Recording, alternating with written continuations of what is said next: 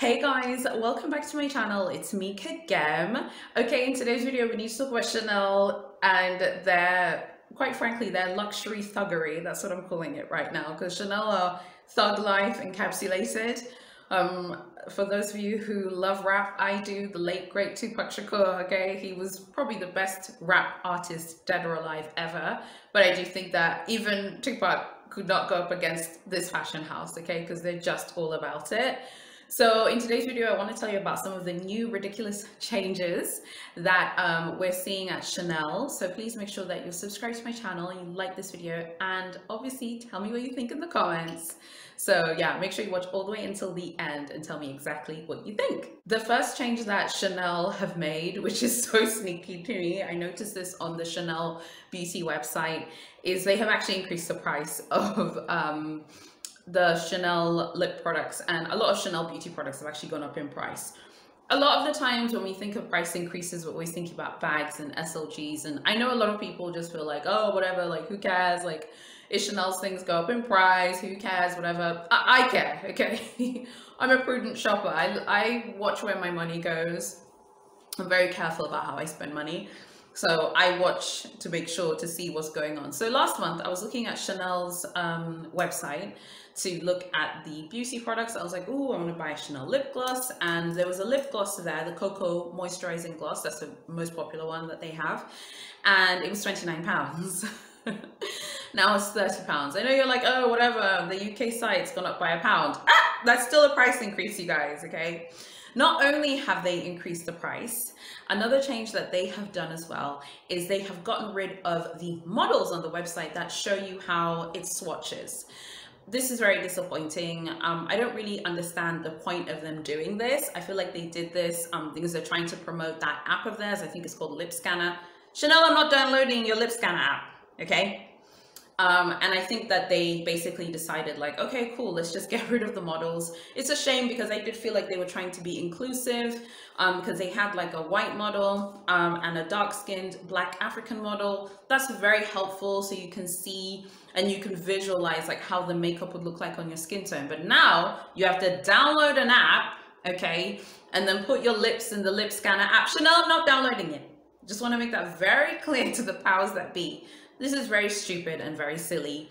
Normally, every time there's a new collection, Chanel change their website, so hopefully they'll revert to the old landing page. As someone who works in digital marketing, I work with a lot of clients, I work with landing pages. I know what a web page for e-commerce is supposed to look like. The way it looks like right now on Chanel's website is not their business. There's no way that it's actually converting and selling more lip glosses for them than they currently are doing right now. I'm just telling you that right now. I'm so disappointed. So if you go on the website today, the UK, I'm just speaking for the UK one. I can't vouch for the other ones, but I'm guessing the other ones are the same as well. If you go on the UK Chanel makeup site, you'll see that basically when you click on a color, it just shows you the swatch of the lip gloss itself, but you can't see how it looks like on a model. So you have to download the app in order to do so. I feel like they've done this so that they can just collect as much data about their customers as possible. So they're like, okay, who are the people downloading the Lip Scanner app and how much information can we glean from them? And I understand the need to like capture data. I just don't think that this is the right way to do it. You know, buying the makeup online is one of the only ways you can buy Chanel officially online. And then now they've just put another hurdle in front of buying their stuff online. It's extremely annoying, very irritating. Of course, people are still going to buy.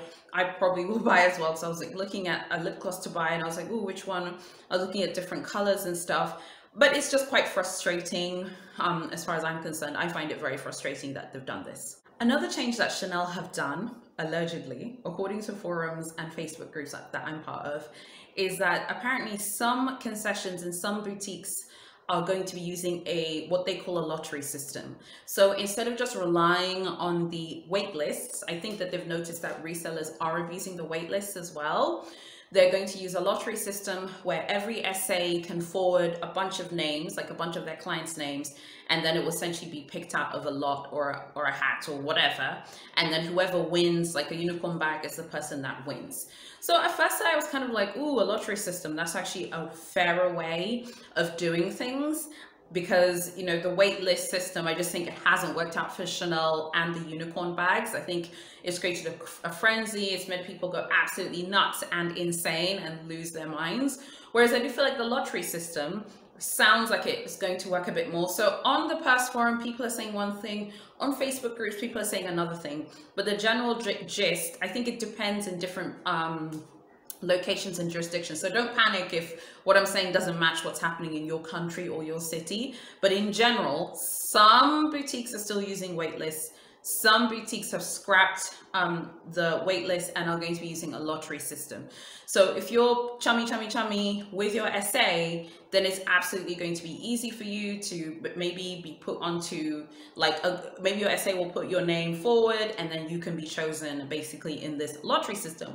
What do you guys think of this approach? I mean, do you like it? Do you not like it? Do you think it's fair? Do you think it's not fair? I actually think this is a way for them to kind of clamp down on resellers. I also think this is a way for them to clamp down on collusion between Chanel SAs and resellers. Because at this point, if you're an SA and you're making a lot of money with a reseller, you can't constantly keep putting their name forward for unicorn bags, because then the manager's going to be like, Kagem keeps putting forward her cousin, okay, all the time to buy these bags. Maybe they're up to no good. So what do you guys think of the lottery system? I still think Chanel need to just put everything in the store, be first come, first served. If you miss out on a unicorn bag, well, that's tough, okay? You missed out on it and you need to get over it. But I think, as we know, Chanel don't operate like that. I'm very curious to know what you guys think of this lottery system. As I said, there's one Facebook group I'm part of, that's like a Chanel lovers Facebook group. Many people were saying, oh, it's not happening in mine. Someone else said, I think in the US, they said in their boutique it was happening. So I think it depends what city you're in and it depends what country you're in. I think this is also, to me, it seems like it's like a pilot. So it's something that they're testing out for now to see if it's going to work in the future. A lot of people who are in the UK and go to Chanel boutiques and Chanel concessions in Britain are complaining and saying that if you have never purchased before from Chanel in the United Kingdom, when you contact them, whether it's a concession or Chanel themselves, actually no, if you contact the Chanel boutique, Sloane Street, Bond Street, and you're like, hey, my name is Kagem, I'd like to buy a trendy CC, they're going to be like, do you have history buying? No. If you say no, they're going to tell you to send the payment via BACS. They won't send you a secure link. So most people have said when you call Chanel up on the phone, you can, you know, buy your bag, whatever, and they send you like a payment link, like a secure link, and you can pay online. If you do not have any purchasing history with Chanel and you're in the United Kingdom, you will be asked to send a BACS transfer or a bank transfer basically to Chanel, to Chanel's holding company, which I think in the UK is called Chanel Limited. Again, I think this is just another way to make people uncomfortable and to annoy new people. I think this is also, it's not necessarily about resellers. I don't think this is about resellers. I think this is about credit card fraud, because if you think about it, a lot of people, someone new and who doesn't have a safe purchasing history, you can just take your credit card, you could buy something, you could receive the bag, and then you could cancel and say you want a refund and never have to send the bag back. So I understand that, but I do think that this, again, it kind of just shoos people away from the brand who they feel like won't be sure about the brand. Because if you're not willing to send them money to their company account, then they're like, cool, we don't want you and we don't need your business. I think that this was quite a shocking thing that I learned in forums and online. I was quite shocked by this because, like, whoa, like, and I hope you guys know, wire transfers are irreversible. Once you send a wire transfer and the person or the company has like received that payment, it can never be reversed. Whereas obviously a credit card transaction, you could dispute a credit card payment or transaction and then the money can be returned to you. So I think obviously Chanel are tired and maybe they have made a change and they've just decided that it's not worth letting new customers pay with a credit card because maybe some people have been taking the mickey. I also just was like, whoa, when I had this, I was like, whoa, that's a bit aggressive. But then at the same time, being an entrepreneur myself, like I know the way people take the mickey. There are lots of scammers out there, especially online. If you guys have online businesses or e-commerce businesses, you know that people put their cards down, they order from your store, order from your business, they receive the parcel, the package, then they dispute it with their merchant. And particularly American Express will always take the side of the client, and then you have to like send a refund and you're out of stock. So I do think that Chanel basically decided, no, we're not dealing with this anymore. If we don't know you, you have to send a bank transfer. That's a very laborious, that is a laborious thing for different people, depending which bank you're in. I mean, from my side, that would be just a nightmare. So already now when I figured this out, I was like, oh my gosh, when I want to buy my trendy, or if I want to buy the Chanel 19, which is another bag I'm looking at, you're absolutely finished. Like, you have to send a bank transfer, and that's absolutely crazy, especially for those of us who live in African countries. There's a lot of permissions that are needed. You need to show a lot of proof, like why you want to buy something. You probably need like an email from the manager. Like, it's just going to be an absolute nightmare to buy from Chanel in the UK now that you're no longer allowed to use the secure link if you are a new customer without any purchasing history. The website has a lot of big issues. First of all, the old website was great because when you went on the fashion bit, like the fashion tab, it would bring up all of the seasons. It would tell you when the clothes are going to be in the boutique. It still says that for right now. And then critically, it would tell you which bags basically that were available for purchase in the boutiques, and it would say them by the model and the style. This is very important. So it would say boy bag, it would say Gabrielle, ew, hate the Gabrielle. It would say, you know, handbags, and then it would say the Chanel 19, etc. That is fantastic because that actually allows people just to go straight to their style. Well, Chanel have gotten rid of that now. If you go on the website today, it will just say handbags, it will say costume, you know, costume jewelry, whatever. And then you have to actually sift through this ridiculous landing page.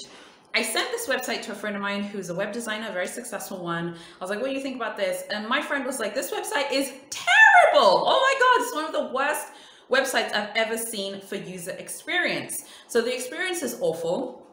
I understand what they're trying to do.